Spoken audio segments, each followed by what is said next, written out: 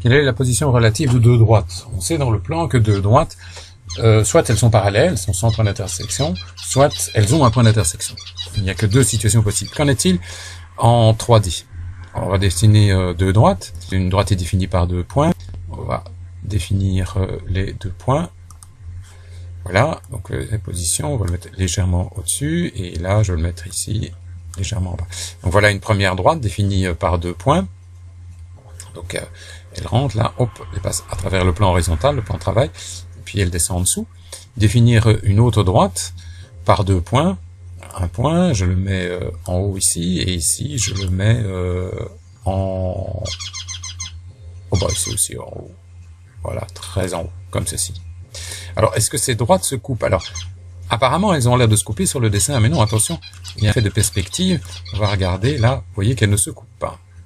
Donc, premier cas, les droites ne se coupent pas. Premier cas, les deux droites peuvent ne pas se couper, contrairement à ce qui se passe dans un plan. Les deux droites peuvent ne pas se couper. Dans ce cas-là, on parle de droite gauche. On va noter ça dans un résumé. Donc, deux droites sont gauches lorsqu'elles n'ont aucun point commun. Deux droites qui n'ont aucun point commun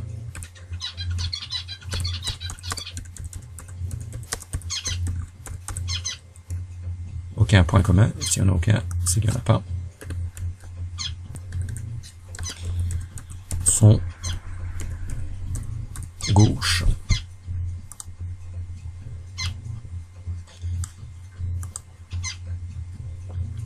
C'est un premier cas, mais ce n'est pas les seuls cas. Je vais supprimer la deuxième droite que j'ai dessinée, effacer le point, et effacer l'autre point. Deuxième cas, il se peut que les droites soient parallèles. On a vu que deux droites parallèles définissent un plan, donc je vais dessiner un point.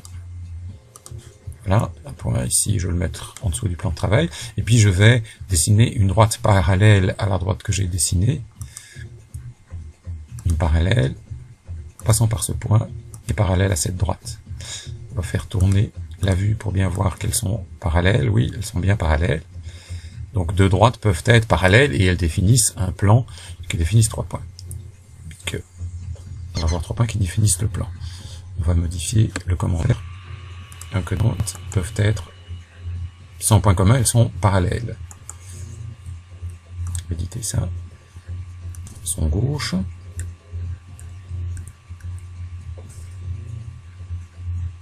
Gauche et gauche, on va mettre un S. Alors deux droites peuvent être parallèles.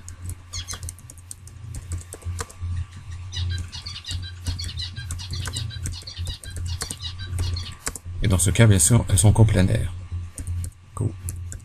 Coplanaires.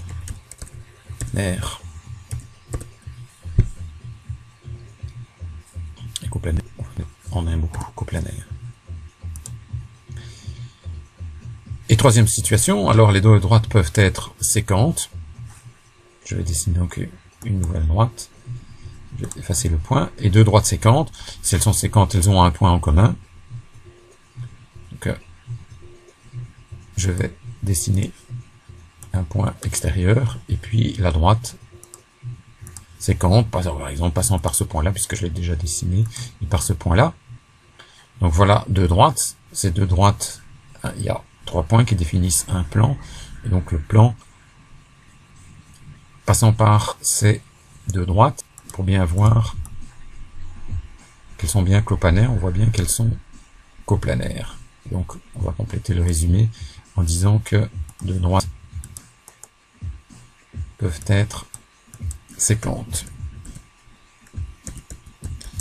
Deux droites peuvent être séquentes. Et dans ce cas-là, elles sont coplanaires. On va peut-être le rajouter. Dans ce cas-là, elles sont coplanaires, c'est-à-dire dans le même plan.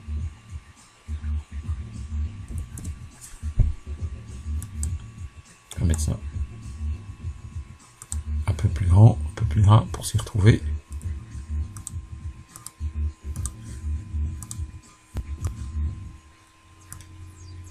Voilà.